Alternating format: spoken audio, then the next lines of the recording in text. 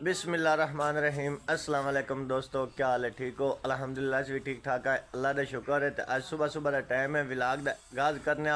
First time पहला village बनाने लगे हैं क्योंकि इतने साढ़े कोल मेहमान आए अल्हम्दुलिल्लाह। तो असी जितना साढ़े कोल हो सकिया असा उन्होंने किया है। तो तुसा रज के सपोर्ट करनी तो हैल्प करनी है क्योंकि गरीब बंदे असी चैनल का पंगा इस वास्ते लेने क्योंकि साडा अल्लाह पाक ना किदू जरिया बना छे क्योंकि मजदूरी करके तो सिर्फ बच्चों की रोज़ी पेट ही पाल सकने। घर बार कोई चीज़ असी जिंदगी उन्होंने दा मुस्तकबिल नहीं बना सकते। तो बाजी और आए ने माशाल्लाह सुबह सुबह हम चाह का बंदोबस्त कर रहे। निज़ाम कुछ इस तरीके का है कि बकरी चो के तो चाह बना लगे ने। खाला बशीर भी आए बैठे ने, वेखो तो बाजी बकरी चौन डे है। वेखो माशाल्लाह के बकरी घर दी अद्ध वाली बकरी ली हुई ने तो मुड़ चो के दुध वगैरह भी पी लेंगे ने। सारा कोई निज़ाम और लालचे लगे रहते हैं। हाँ माशाल्लाह। तो मामा दियाँ बकरी चौंदियां पियां ने। मासी बशीरा बिल्कुल माशाल्लाह काफ़ी हो गया। बच्चों का गुजारा हो जाएगा। मिट्टी सटाई है इन्हें, हुण इन्हें लिंबी पोचा करेंगे इंशाल्लाह। तो इंदियों को सजावट करते हैं आस्ता आस्ता करके। इंशाल्लाह सजावट होगी ना तो बड़ा सोहना निज़ाम बन जाना। तो चलिए मासी। मुर्गियां भी इन्हों दियां ने, ये भी उन्होंने नाल लैके आए ने।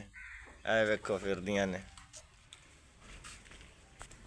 बाजी बालन लगी आगे बाजी माशाल्लाह साडी वड्डी बाजी अल्हम्दुलिल्लाह सारियां तो वड्डी अल्हम्दुलिल्लाह। छोटा वसदा मैं उस टाइम ते आ जानी है। मैं नहीं है बहन भरा जदों वसदे ने ते खुशी होंदी। बिल्कुल क्यों नहीं, अल्लाह पाक पराए आते दे विच आके बैठे चल शुक्र है कोई ठिकाना तो बन गया। मैं नजदीक आ गए, अल्लाह दा शुक्र है। गया तो दूर ही बड़ी है।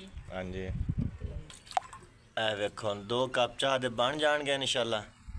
ते जो जी बनती है बच्चे बैठे ने। एक तो निक्की जी माशाल्लाह रस भी आते फाड़ के बैठी। हाँ जी रस फाड़ के बैठी, बस सिर्फ चाह की तैयारी होने वाली है।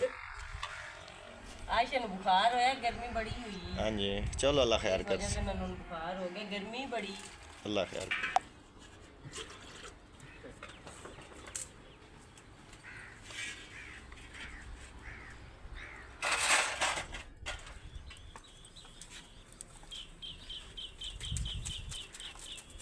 पत्तियां मंगाइया ने छोटियां क्योंकि हले नवी जगह ते आया तो निज़ाम सीधा कोई नहीं है। चलो इंशाल्लाह अल्लाह खैर कर से कोई नहीं सेट हो जाएगा। ताज़ा ताज़ा मंगा के ना थोड़ा थोड़ा तो इस हिसाब नाल गरीब बंदे का जिस तरह सर जाए उस तरह ताज़ा ही लेना होंगे। अपने जड़े जमा पई होंगे जोड़ा आप रोजाना का चाह थले ला दी।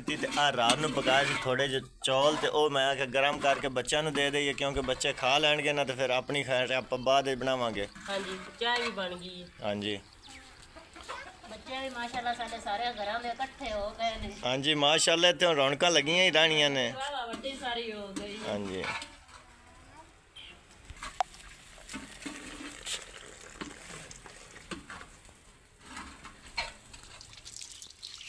बाकी जितना कि सारे भैन भाइयों ने पता नाश्ता नुश्ता बनाता। नाश्ता बनाने तो बाद ना बाजूरी भी चले गए ने। तो मैं क्या हूँ बर्तन धो लीए। इस बाद हम बर्तन धोंदे हैं। तो पानी कोई नहीं, आप पानी नाल दे घरों लेके आए हैं थोड़ा जिन्ना। तो हौली हौली पंप वगैरह रही नहीं है, पंप भी लगा लेना। नवी नवी रिहाइश है ना तो आहिस्ता आहिस्ता सारा काम हो जाना अल्लाह के हुक्म के नाल। हम बर्तन धोने तो भैन भाइयों के नाल अपने सारे दिन की रूटीन शेयर करने हैं जिमें जिमें छोटे छोटे काम होए ना घर के। जी दोपहर भी हो गई पर उतों बदल है तो धुप निकली है। हाँ जी नाले काम भी हो जो।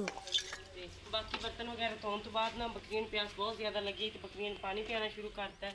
तो माशाल्लाह बकरियों ने पानी पी लिया तो बकरी पींदी। सेवियां जेह्ड़े हैं इन्होंने उबाला आया खलोता है तो बन गई ने। हाँ थोड़ा एक अद्धा मिनट ही मिनट सारा और। हाँ जी मुड़ जाके इन्होंने पानी जेह्ड़ा बिटदे उल्टाने तो चीनी पा के खाने।